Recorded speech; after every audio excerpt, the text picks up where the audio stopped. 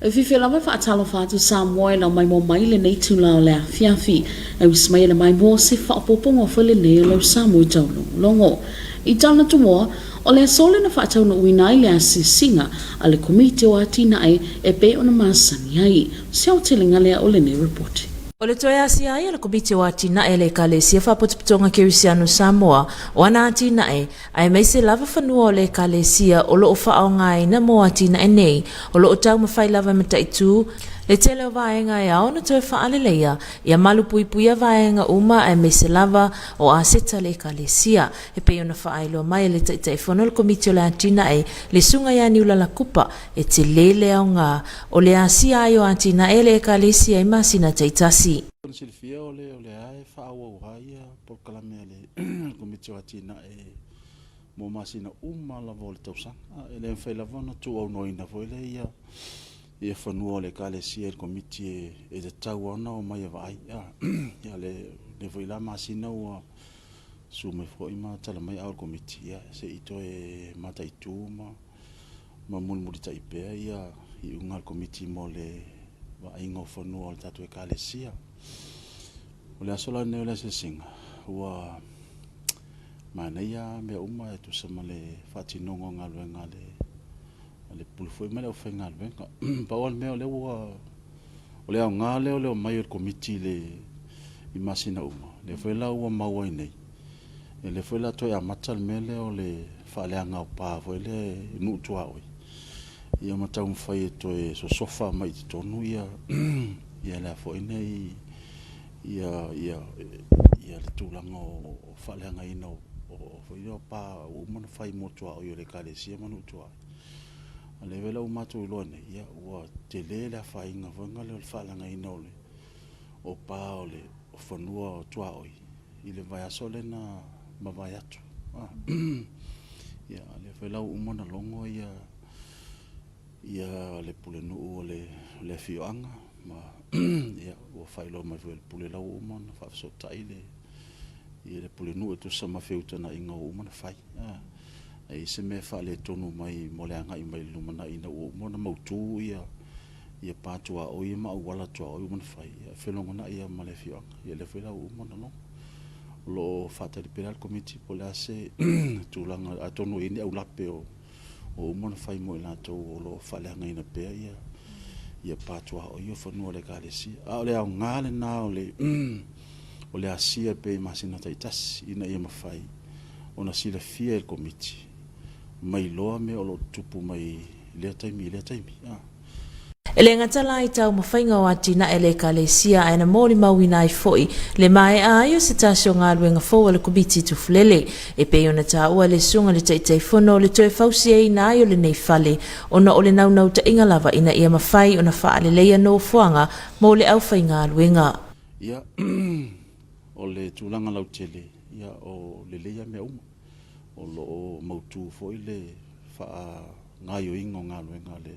pule mele o whai ngā ruenga tu sa foi wati na pe fo ntala no mo tuai o le falele o le la tina e o I tufulele o le tau whai ngā le komiti na ia le leia no fuanga e wha mautu ia le o whai ngā ruenga ia mantua foi e le tau ona wha tala lele sila le komiti ma le kalesia I no fuanga e wha mautu ia le o whai ngā ruenga le kalesia ale leia me no fuai e fa pena foi un fie la toma fatino ngaluenga tauna un fatino ina o le mevela len ma foi ona sila el comité latina e ile mota le o I tufulele ia le la o mon fatino le ngaluenga le vela utu atu le pule ia mole vai ngole le foi a setau o mona na fatino ina o le ngai lumana ia o mafo pe no fatu talwai o le lavo matona mafo committee initiative na a fo nei e fa o popo ia tina lo e termine ia mantu foi o le mea pito silia ona tau o le vava ai ma le tausia le lei o tatu fanua vai e a fa pe a fo nei e fa tu pe ia le fa ingo ia fanua nei vava ai la tina e matau si fale lei tele tupe le kalesia o me motino e feita miliona ia tupe ia foi nei o lo vai nei el committee temine ia o wa pe fono fa tu mo a fa pe ele leile fa ingo fonua ma le leile tau singo fonua o le alu foi le ilunga o le tau fonua la fa le te me fa le tonu ile kalesia ma mana o mi ese tupe so ni ile kalesia mo le anga ilumana le mau tu fonua le kalesia tu ia o le sile na nga o committee nei le mena la me vola le mafuai ona le mafai ona tu au no ina el committee e fanua I masina uma lava o le tele o le lu itau o lo fianga I nei ma le komiti ona o le lava o le au whinga aluenga mo le sila fia e silia ma le tasi le afe eka o lo ongalue I nai whanua o le ka le sia peitai e uti le au whinga aluenga o lo o iei nei le lu itau a foi na le o le tau le lava vanga le o le tupe ya foi nei ona ele o mafai ona fa to teleina se au whinga aluenga o le pe o le mena a fa pe a foi nei e mana o mia se o whenga o lenga to tele e lo tele tupe o mo mai ile a foi nei fa tupe foi le la tu tongi sosoani le tupe le o mai le kalesia tongi lo whenga lo ia ai o le lava la tam fai ma to pe vono ta o momo o le tonga o ngau le o whenga lo o le o lo ngalo lu e komiti ia sui o matanga lo ngata itasi e faatino ni ngalo nga te tele foi e mana o mia pe o le toto ino le niuma manisi atina e o lo fai e a foi ne fu la el committee ina ia ni ngalo nga fa pena e fa nga ia le ia sui el committee o no vinga o le fa fita uli o lo fengalo ele o to tele lo fengalo nga le faatino ina telefono e o va tu lunga male afe e kale ia le telefonu o le kalesia le tausine temi nei ia a le whengaluenga na tiro si sile le to tele se whengaluenga o iei o le whaifitauri lavalana ai fua vele tupe maua e fua le a whainga le whengaluenga e whaingaluenga ina i le tupe o lai maua mai le a whaine le operation o le a whaine o le atina ia a whapela vala o le tūlanga le a whaine e angai pelu mana ia famo me lava o le fa initiative ina I mfafionto fa popose o fengalu ia pe fa pe te restu pe mo mele le operation pai mo talo ale mo Samoa taulongo o le fai nei o tau sanga jalo na fa amna tuine Samoa le aso fa avao malo mo le to pa mo ila to we pole fa ai se fa poponga le o le nei report o tau sanga te itasi fa ata waina ele asosi o ila to we pole sina le to pa e pe ona ele tai ona le nani na fa to te isa sa ninga lotu e fa amna tuina le aso fa avao malo le na te ele sunga ya reu pena siata o la fionga o le suru le o vai malama I lo wala o le tala le a tabita o le asoli nei u tatu poto mai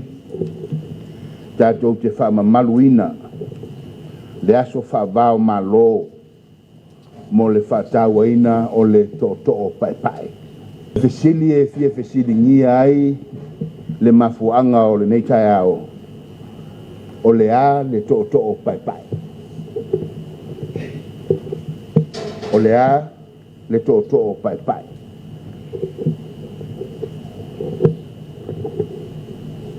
o le tali o le to e lanu pai o le a le to pai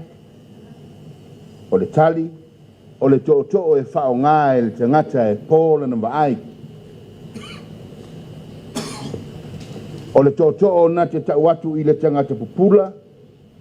ma whaailoa atu I le tangata pupula, le tangata e pōla na vaai. E ave iai lana wha mua, na te tuuina iai le avanoa,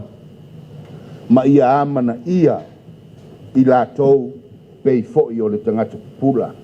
Isilia male lua se lau tangata anu o Samoa po le vaai ma o le sola lina whaatawa ina inia unga o le to pae pae i le lano langi a toa. Ta o le peristene le sosi le susungam ta afa whaatino tumapuli ta o le me whaingaluinga i li tangata i po le sila. O le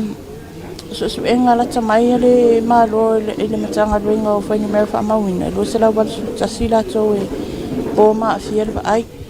O le whaalaputonga lawa ia pea ma se walu se fulu i le se lau tangata o loo mawhai o na restaura inai i le nāwhai ni mera o lo na fast food pasene o i lato o loo whaonga ina ia to ai o le tele o i lato ia o loo i le tūlanga tau whaamasani o na onisi ele i lewa na afia ma bol wa ai pea e whaatasi atu i malo lalangi o loo mana tuina le tāua le to pai pai mai se fo i le whatawa i no pufonga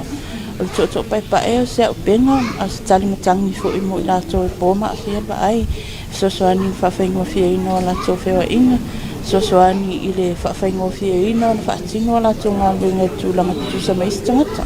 Ele whamina tuinai lau le aso whaavau malo o mawhai e o na whaatino niso ngā luenga mo le lua aso a wale sa i liele o awala mo le whausi ai o se to pae pae i tutono le atunu. O le whamoe pe no siringi ai o le lua aso rumana. O le tau mawhainga le whaarapotonga i sa irini awala i Samoa nei mawhai e o na whausi ai to ia ma o te fia e whaero atu. O se vaenga o le a it'll be very interesting to experience le awai o lawa ia langa o ai whaatino ai le to o tonga Samoa o fiu sa ilini whale o roa le mau a o mea le o fuafua e whalaputonga o le a whaonga le ofe ia. O le pokalame o mawhai na whaatau taia e ala le whaipaanga i le asosi tangata i pōl sila nua o le alofa o le malo au se talia whaatasi ma le malo au whaatasi. Christine Mateo mo Samoa taulolong.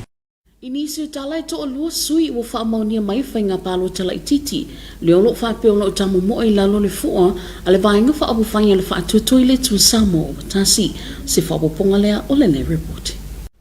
O le asa se fululua o Novema leo lo o ato whaina, i whātau no ina i whainga Palota laiti mo i tūmalo e fitu, e leo mawhai o no foia o lātou no fua, o na ua whaamaonia o lātou soli ngā tū lafono i taimi o whainga Palota. O nei tūmalo e fitu e au fia i le tūmalo sa nganga numera lua, sa nganga numera wha, a ana lofi numera lua, sa whata numera lua, whalalili numera tasi, a le ipata i tūpai lalo mawhale a lupo. Mai lua lava vaenga wha upu whai le wa wha mautuina, le tā momo e ai o lātou sui tau wā. O le wha atu ai le atua Samoa o tasi, po le fast, ma le vaenga wha upu whai e pui pui ai a tau tangata po le HRPP. Ma o le foi ua wha mautu mai e nisi o sui, o le a wha peo na tā momo e lalo le fua, o le wha atu ai le atua Samoa o tasi, ma o i lātou e au fia i le a fionga i a whalo ma vaenga titi mai ata fua, ma i le tu ma loa le pata i tupai lalo, le a fionga i a fuyono teni na Crichton mai whale a lupo, le a fionga i a whata mea fau mai sanganga lua, ma le a fionga i a tangaloa tele papali i poloa mai sanganga numera wha. Mo le sila fio le aso se fuluwalu o kitopa, leo le a tatala inai, le whaaulu atua i o suafo i lātou o le a whapeo na tau wā mo le whainga Palota laiti ai tāpuni ai le aso luas fululua o kitopa. Pai multalo ale mo Samoa taulongolongo. O le ua whaamalusia le mtanga luenga le soifua malo loina moa onga le whai ai o tuipuipui o tangata whainga luenga. Se o tilinga lea o le report. O le awha malusia neli ta tawa i ona whai o tuipuipui o le COVID-19 mo tangata whainga luenga o molo o ngā lulu le mtanga luenga le soifua malo loina. A le ngata i leo te tono a o ngata itasi o le ansa mua te semo le tausanga nei. E te tawana o atu iai ua umatu ilo na lua o tangata ngā lulue e le mtanga luenga le soifua malo loina. O no i lātou nei whaingo fia o na lamatia i le whaamai pe ātou no o maimalanga mai atunu i whafo. E au fia i fo mai o vaenga o lo le whanatana vai. Tausi mai o whaatu sanga ma le loa le au whainga luenga o lo whea ngai ma le tonga whitingo ngasi e le i o i le uluwai a so te sema e te tau ono o atua i le asa tonu se furu o le masina le nei ua umatui mua. Ese mailim tangal bengol sei formalo loina o ila to umalo nga famale awa o ino whanau te tono potua unga pape uma ila to le apso swani e alfia i matua e te tau unao o iai ili unua iaso o ian warila tupsanga lua whelua se fululua o mai o na whaia la to tuipui puilu na lua o le so fo ili na nga i ei whaia o leo whainga luinga lango o mo na whaia la to tuipui puilu na lua e ma whaiuna o ina whanau mai lava unga a mata ma e te tau ona ifa ama mongo leo whainga luinga o mai ona whaiola to tuipui pui. Ma o lea fo e utu o ilea so se fuluri ma le masina fo e te tau ona o atu iai ua umona whaiola to tuipui pui mua mo lea unga li universite i papari ngala o lea oni pele ma lo e le wha amalo si o tui tutono ia unga o matanga luinga nei lua o wha o popo i le liso tangata whainga luinga o le wha amalo si le te tau ona whaio tuipui pui ma le COVID-19 ono no te inga le matanga luinga ia matua i malu pui a Samoa mai i lea wha mai o le COVID-19. Christine Mateo, mo Samoa Tongongongo. O le awhaisina malolonga pupung, whaasalong whaapisinisi o na totally mai lea molinga ngana wha Britannia. Your TV2 News, we'll be right back after this short commercial break. Greetings and talofa lava, welcome back for English Bulletin for this evening. Leading our bulletin, the Development Committee today carrying out their usual visit. Here's more on this report. The Development Committee for the Congregational Christian Church Samoa today held their on-site visits as usual every month. The whole purpose of this visits every month is to make sure that all assets and developments for the church are well looked after by those who are working on it. The visit started off on the 500 acres lands at Solomona, then the cocoa plantation at Tufulele, and concluded at Malua, where more than 1,000 acre land is covered with coconut plantation. According to the chairman of the committee, Reverend Niulala Kupa, he said these visits is very important to them because they are able to keep up with the works that the employers are doing and to see what needs to be done. He also said during today's visit, they managed to visit the site of the fence that was hugely damaged by those who were living in the neighboring villages. Reverend Niulala said the matter has already been reported to the village mayor. Not only that, but this new work was already completed. Niulala said the main aim by the committee is to make sure that the facilities used by the workers is clean and safe for them to use. Niulala also said there are a lot of difficulties they faced and many challenges, but the main challenge they face are the employers. The number of workers is still not enough to work on more than 1,000 acre lands that the Development Committee are using. By Mutalo Ali for TV2 News. Today marks 4 years since Samoa celebrated the International Day for White Cane for Blind Persons. Here's more on this report. The Samoa Blind Persons Association is once again celebrating White Cane International Day from the 13th of October to Friday 15. This is an annual event hosted by the organization as an awareness-raising mechanism promoting the importance of the white cane as an essential mobility tool to support persons who are blind and visually impaired to navigate all aspects of their lives independently. This year, the association are running commemoration activities through building the capacity of staff and members by conducting a workshop on the making of white canes from bamboo sticks. According to the office coordinator, stated that this is another way to address the problem of not having enough supply of white canes from overseas countries and to ensure they are utilizing what they have in hand. In addition, Roadside Day is an annual day of awareness held on the second Thursday of October to focus global attention on vision impairments, including blindness. This year, Samoa Blind Persons Association, in partnership with Nonualea Lofa or NOLA, chooses to combine these annual events to commemorate Roadside Day, as the association staff and members will have an opportunity to be part of a workshop on vision screening. Solone Mawalise for TV2 News. In other news, the two confirmed candidates for the by-election will be running under the flag of the Faalauiloa Samoa Utasi or FAST political party. Here's more on this report. The by-elections is now scheduled to be held on the 12th of November 2021 for the 7 constituencies whose seats are now vacant. That includes Sanganga number 2, Sanganga number 4, Aana Lofi number 2, Safata number 2, Falalili number 1, Alipata tu Pailalo and Falealupo. The Fast Party confirmed some members running under their flag during the by-election, that is Faloma Vaenga Titimayatafua from Alipata tu Pailalo, Fuyono Denina Grighton from Falealupo, Fatamia Fo from Sanganga number 2, and Tangaluatele Papali Ipoloa from Sanganga number 4. The nominations of candidates will start on the 18th of October until the 22nd of October 2021. By Muntalo Ale for TV2 News. Immunization are now mandatory for health and education workers. Here's more on this report. The COVID-19 vaccine will now be enforced for all employees working in the Ministry of Health as well in education sectors. The first day of December this year noted that health workers have been vaccinated as they are more vulnerable to the pandemic when traveling overseas. Health workers include physicians, the units at pharmacy, nurses and midwives who deal with the treatment of patients apart from health or those responsible for educating students in the classrooms, as well as those who helping including parents must be vaccinated as well. Soloni Mawalese for TV2 News. That is the end of your TV2 News for this evening. Thank you so much for joining us. Until then, good night. Ole fa ingole na lau Samoa tarong longa mole nei va ingole fiafi fa taitile mai mo mai ole atu mo te season of football bonga ile aso atayao e mole te minei to fa soifua.